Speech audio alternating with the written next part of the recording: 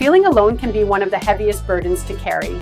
I've learned that sharing my thoughts and emotions with someone, whether it's a family member, a friend, or even a professional, can lighten that load.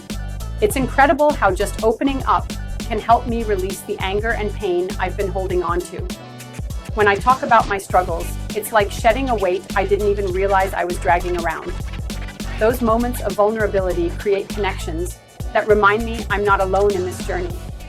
It's okay to share my deepest fears and desires. It's a step toward healing. I've found that the more I express myself, the more I understand my feelings, and the better I feel overall. So, I choose to reach out, to connect, and to heal.